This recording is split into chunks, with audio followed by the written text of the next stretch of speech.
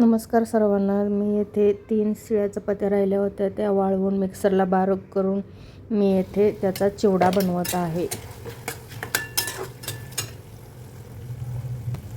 थोडंसं तिखट, फोडणीसाठी जिरं, मोहरी, कांदा, टोमॅटो, तिखट, हळद, चवीपुरतं मीठ अशी फोडणी तयार करायची आहे. पोहे भिजवतो तसंच भिजवायचं आहे. ह्या 3 चपात्या आहेत, मिक्सरला बारीक करून घेतलेल्या आहेत. मी छान परतून घ्यायचं आहे. आता ह्याच्यात छान टाकून घ्यायचं.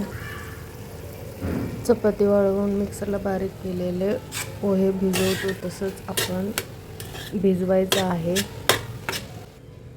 थोडंसं मीठ टाकायचं चवीपुरतं.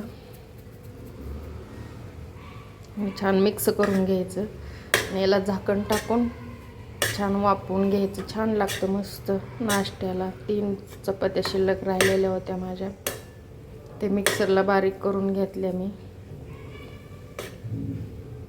आता ह्याला एक वाफ येऊन द्यायची झाकण टाकून.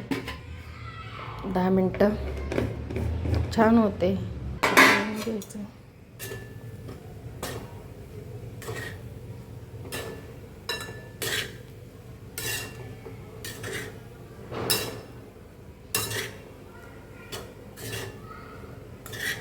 दहा ते 15 मिनटं छान वाफवून घ्यायचं.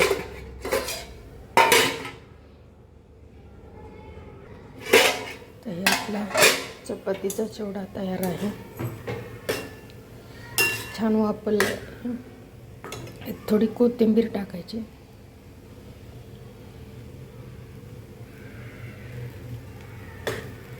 चपाती शिळी राहिलेली असेल तर वाळवायची आणि मिक्सरला बारीक करायची. मस्त छान त्याचा पोह्यासारखा चिवडा बनवायचा. मस्त लागतो, एकदा करून बघा.